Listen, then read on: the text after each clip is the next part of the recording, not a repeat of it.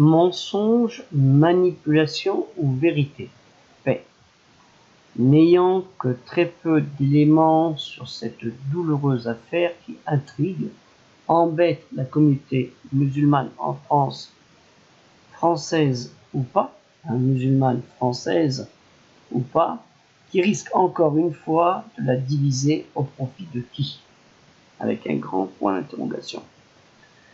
Je vais, par cette vidéo qui n'engage que moi, apporter quelques sources connues ou peu connues. Je ne possède pas la vérité, toute la vérité, sur tous les contenus, sur tous les faits qui lui sont reprochés, sur tous les écrits.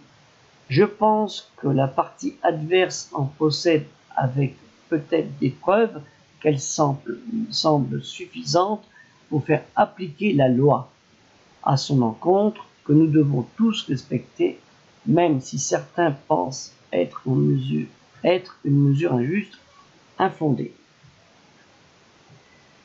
Je vais vous faire un petit rappel. Dieu nous dit dans le Coran, Al-Coran, la récitation révélée, le prêche, dans la sourate 4, An-Nisa, les femmes, au verset 59, aux croyants, obéissez à Dieu, obéissez aux prophètes et à ceux d'entre vous qui détiennent le pouvoir, l'autorité. Ya ayyuhalladhina amanu atti'u Allah wa atti'u al-rasulullah wa uli al-amri. Alors, amri, ça vient de amara, ordonner, instruire. Alors, en hébreu, il y a une similitude qui veut dire amar, et le mot veut dire dire. Ordonner, en arabe, instruire, en hébreu, dire. Amara, amar. Est-ce que la loi et l'autorité française rentrent dans la compréhension de ce verset? Petite parenthèse, n'oublions pas la première hijra que les musulmans, 80 hommes et 11 femmes de Koresh, de la Mecque en Arabie, et 7 autres étrangères exilées, compagnons du prophète, Sahaba al-Nabi, Muhammad sallallahu alayhi wa sallam, le salut et la paix de Dieu soit sur lui, qui partit en Abyssinie, ont obéi aux lois du roi, le Négus, lui-même au début, qui était chrétien, donc pas musulman. Eh bien oui, car la loi de la France, en l'occurrence en France, elle n'enfreint pas la personne dans son culte qui est né ou domicilié depuis des années dans ce pays où il a étudié, travaillé, fondé une famille, voire même ses parents y sont enterrés. Que dit la déclaration française du 26 août 1789, article 10. Nul ne doit être inquiété pour ses opinions, même religieuses, pourvu que leurs manifestations ne trouvent pas l'ordre public établi par la loi. On rentre bien sur le sujet. Eh bien oui, car elle n'enfreint pas la personne dans son culte qui est né, comme je vous l'ai dit précédemment.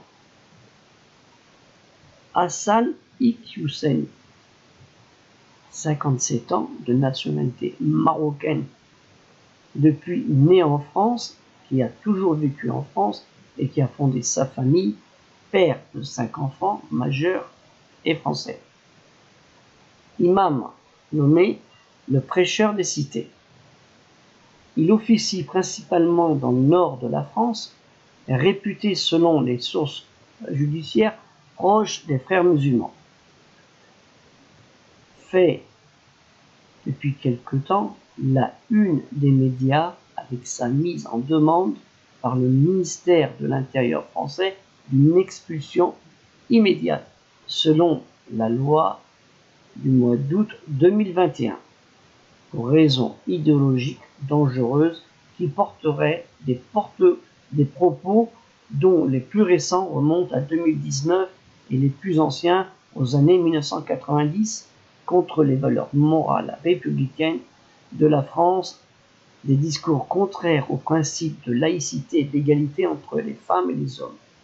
Il est accusé par les autorités françaises d'avoir lancé des appels à la haine et à la violence, visant notamment la communauté juive contre des États étrangers, voire contre des États étrangers. Il militerait pour ses défenseurs depuis des décennies pour une intégration paisible de l'islam et des musulmans de France.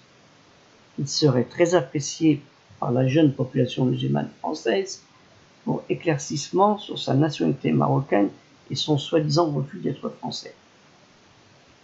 Parce que ça a été beaucoup abordé. J'étais en contact avec Sofiane, son fils, l'un de ses enfants, c'est son fils, qui est connu dans la région, dans le nord de la France. Voici son propos, qui m'a envoyé. Mon père est français et l'a toujours été. Dans son cœur, quand il le dit. S'il n'a pas la nationalité, c'est parce que mon grand-père, paix à son âme, a fait une demande de déchéance de nationalité française pour ses enfants, car dans sa conception des choses, ses enfants ne pouvaient pas être à la fois musulmans et français.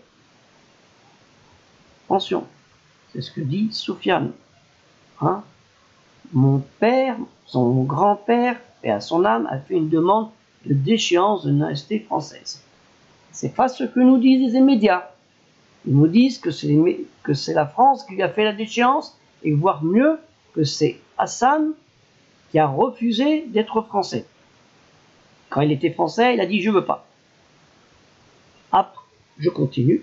Après le décès de son père, c'est toujours Soufiane qui le dit, après le décès de son père, mon père a fait plusieurs demandes de recouvrement de nationalité française, toutes refusées contrairement à l'ensemble de ses frères et sœurs. On a refusé à Soufiane et on a accepté à ses frères et sœurs. La vérité par cette vidéo sur principaux points importants qui lui sont reprochés. C'est là que je vais vous faire la vidéo. J'ai fait des coupures de vidéos, je mets la mienne et je rajoute sa vidéo. Sur le mariage religieux à la place du mariage civique, être musulman et français, être antisémite, ne pas aimer les juifs à cause de leur religion abrahamique, voire détester le sionisme. Le chant interdit, illégal, interdit, haram, illégal, illicite. En hébreu, on dit harem, tabou, sacré, ou autorisé, licite, halal. Alors, on peut comparer à l'hébreu, hal, c'est-à-dire se produire, avoir lieu. Un éclaircissement sur le sionisme. Le sionisme, mouvement national du peuple juif, visant à la formation d'un foyer national juif et à l'autodétermination du peuple juif en terre d'Israël, correspondant à peu près à Canaan, la Canaan biblique, à la Terre Sainte ou à la région de la Palestine. Le sionisme religieux idéologie combinant sionisme, sénisme, c'est sénisme en hébreu, et judaïsme, yahadoud, pour le terme du sionisme orthodoxe qu'on appelle haredi, c'est-à-dire les craignants de Dieu, qui ont le rejet de la culture laïque israélienne,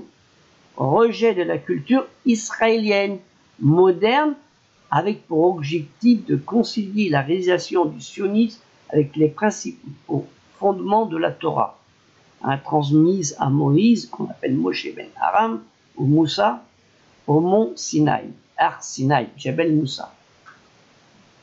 Voilà, on a fait un petit peu le point, et je vais rajouter après cette vidéo le contenu de vidéo sur le mariage religieux, être français et musulman, le chant, ne pas aimer les juifs, etc., etc. Je vais faire au mieux. Mais par contre, je n'ai pas des textes écrits, comme je l'ai expliqué.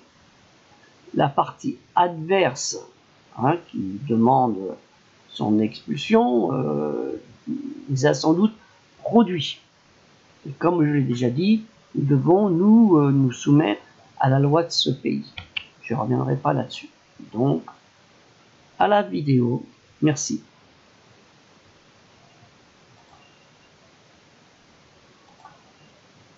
Vous voulez arrêter cette chorale islamique? Non, laissez-les. Laissez-les, oui. Laissez les gens être naturels. Laissez les gens se faire plaisir dans les limites du halal. Je ferme la parenthèse. Musulman est fier de l'être, français est fier de l'être. Oui, soyez fiers d'être musulman parce que tout simplement, vous l'avez choisi.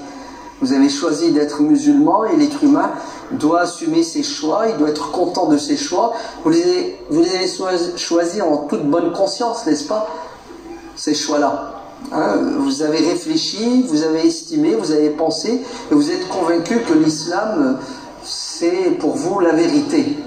Donc, n'ayez pas de complexe à assumer vos choix et toute décision que vous prenez, vous devez l'assumer. J'entre pas dans les détails sur qu'est-ce l'islam, etc. Vous le savez.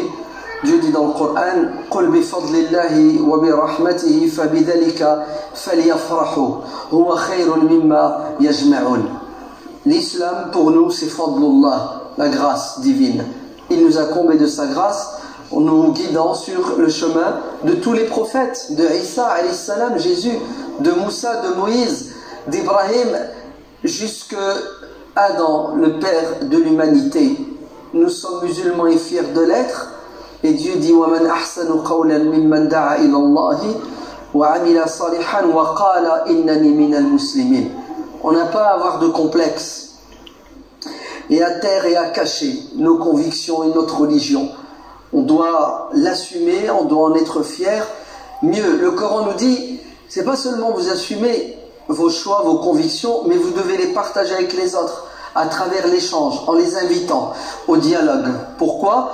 Pour qu'ils vous découvrent sous votre vrai visage, sans intermédiaire, pour qu'ils apprécient toutes vos idées ou certaines de vos idées, pour que vous puissiez ensuite, ensemble, vous entendre sur le minimum vital pour vivre dans la paix, hein, dans la convivialité, dans l'acceptation de la différence et de la divergence. C'est pour cela on est fier d'être musulman et on exprime notre choix à travers le dialogue, à travers l'échange, pour arriver à la conclusion du vivre ensemble et du partenariat. Oui, main dans la main, comme Dieu le dit dans le Coran, وَتَعَوَنُوا عَلَى الْبِرِّ وَالتَّقْوَى. Entraidez-vous dans la piété, mais entraidez-vous aussi avec les autres à faire le bien qui va toucher tout le monde, puisque le bien est universel.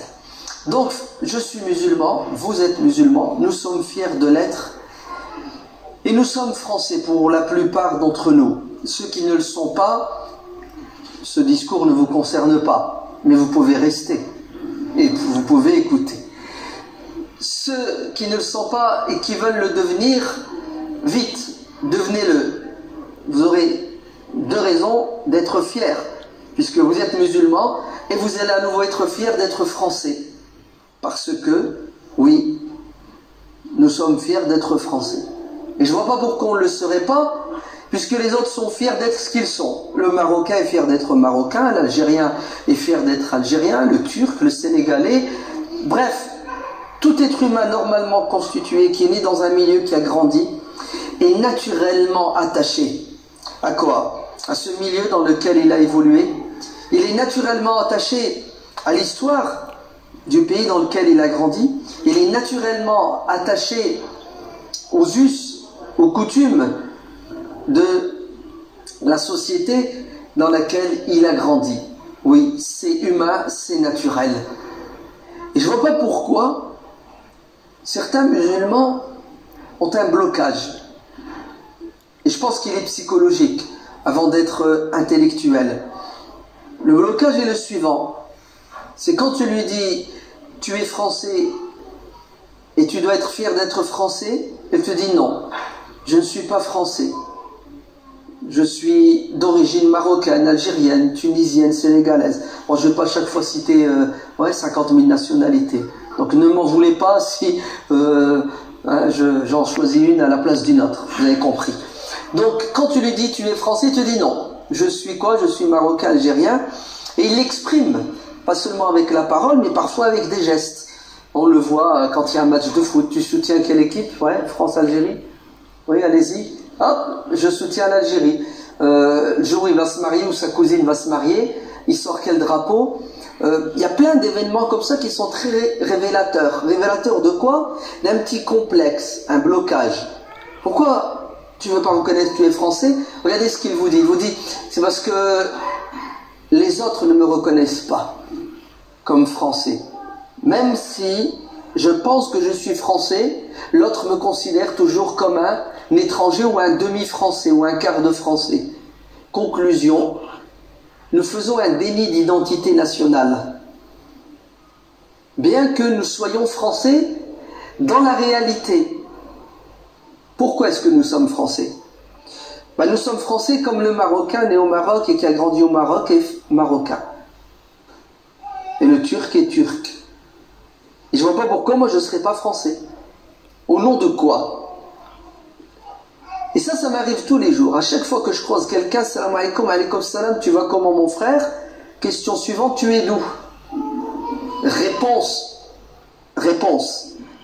Mais de manière spontanée, je ne réfléchis pas, je suis du Nord. Où du Nord? Pour le peu que je lui ai donné la réponse en arabe, il capte tout de suite le ton, il capte l'intonation, mais il capte le dialecte. Il me dit Nador, Tanger? Ouais. Bon, certains m'ont dit Alger, Constantine. Non, je suis du nord de la France. Je suis un ch'ti. Et là, il y a une minute de silence. Parce que je viens de tuer chez lui, Mskin, une croyance. Quelqu'un qui a le faciès comme le mien, qui a ma religion, n'arrive pas à entendre et à comprendre que je sois français de manière naturelle et spontanée. Et comme ma réponse ne veut pas rentrer dans son puzzle, vous savez ce qu'il dit? Et tes parents, ils sont d'où? Regardez l'inverse. Moi, ça m'arrive jamais, mais pourquoi pas? On va faire un exercice. Combien pèse cet héritage aujourd'hui dans notre structure psychologique, intellectuelle? Non. La vérité, c'est que je suis français comme mon voisin d'origine gauloise à 80%, à 90%. Il est interdit le mariage religieux en France. Tout à fait. Donc il n'y a qu'un mariage qui est reconnu en France, c'est le mariage civil. Le mariage religieux n'existe pas. Ah, bien sûr qu'il est possible, mais après le mariage civil. D'accord? Pas le contraire. Avant, interdit. C'est la prison, c'est la prison. La prison. Ouais. On a intérêt de la respecter, la loi d'ici. Non. La loi de Dieu, tu sais c'est quoi la loi de Dieu? C'est cette femme, si tu veux te marier avec elle, il te faut un contrat de mariage. Quand tu ramènes un imam à la maison, il te marie soi-disant, il t'a pas marié, mon frère. Il n'y a pas de contrat, il n'y a rien du tout. Il faut arrêter ce délire de on ramène un imam et puis il récite la Fatiha et puis on est marié.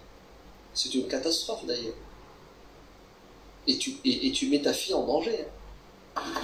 Tu sais que ça veut rien dire tout ça, hein? Halal, Fatiha. Ouais. En islam, le mariage c'est un contrat. Ouais, c'est un contrat. Ok? 2 plus 2 égale 4. Tu veux te marier avec moi? Oui. C'est pas un imam, la Fatiha. Ouais, il y en a peu qui le disent. Ouais, c'est rien, je vais te le dire alors. D'accord? Donc, dépêche-toi, va vite à la mairie, fais ton contrat de mariage. Comme ça sera ta femme à 100%.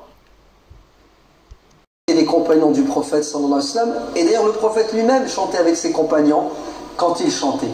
Vous entendez? Le prophète les accompagnait. Et le prophète aimait écouter ceux Et, c'est bon, liberté d'expression, je dis ce que je veux.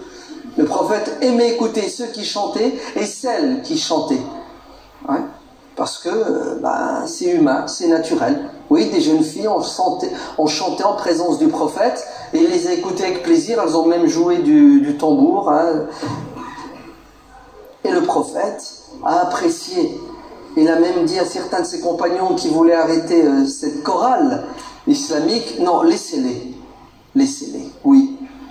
Laissez les gens être naturels. Laissez les gens se faire plaisir dans les limites du halal. Oui, vive la loi contre l'antisémitisme. Parce qu'être antisémite, c'est de la folie. Détester quelqu'un parce qu'il est juif, c'est un péché en islam.